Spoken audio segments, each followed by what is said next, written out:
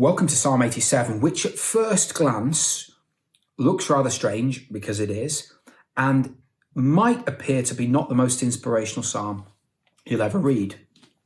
I resonate with your feelings.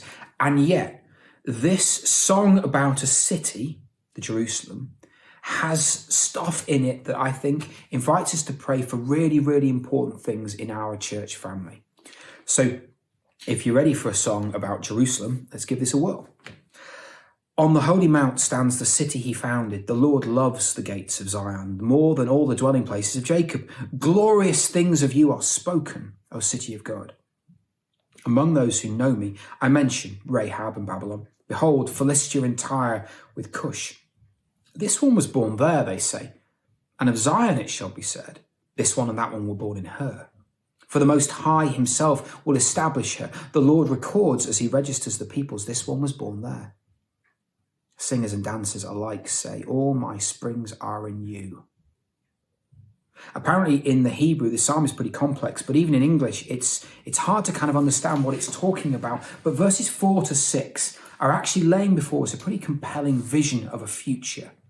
And this future is one where God will gather together a people that he will call his, but that are made up of the most diverse bunch of people you'll ever imagine. Here's the list. Rahab and Babylon.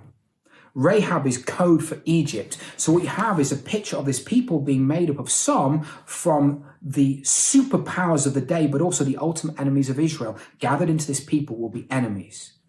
Then you have Philistia and Tyre. These will be local places to Jerusalem. So you kind of have some locals in the mix too. And then you have Cush. It's the furthest place that they could imagine from Jerusalem. So the people of God in the future will be a diverse bunch of individuals brought together to be made one in God, made up of enemies, locals and people from all over the world. And you know, when you hear that, you sit in it and go, that's beautiful.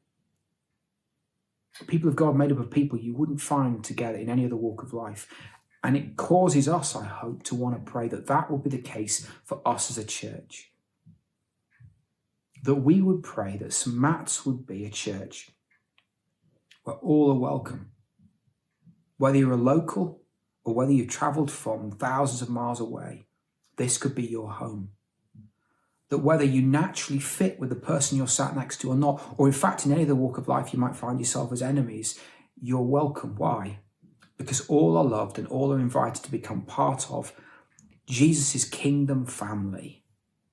Because we want to be the kind of church that is truly diverse, truly inclusive, truly welcoming, and truly loving to all, because Jesus himself welcomed us.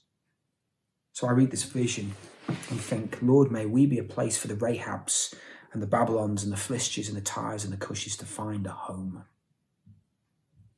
But there's also this other thing in verse 7 that I think is well worth praying for us as a family. All my springs are in you, says the psalmist. There's a theological debate about whether that's talking about the city or God in the city.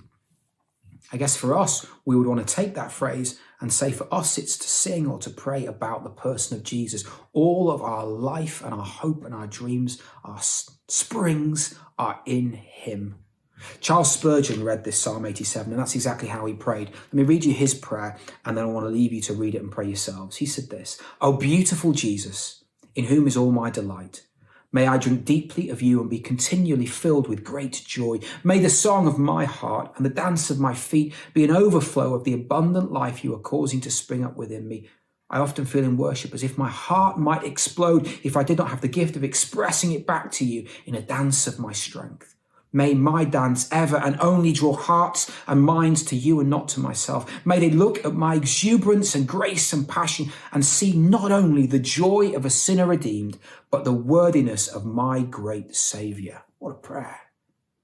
Read Psalm 87 and then pray that we will be a beautifully broad and diverse family, but a family that is united around the person of Jesus, who explode in joy-filled worship because all our springs are in him. Have a read and have a pray. God bless.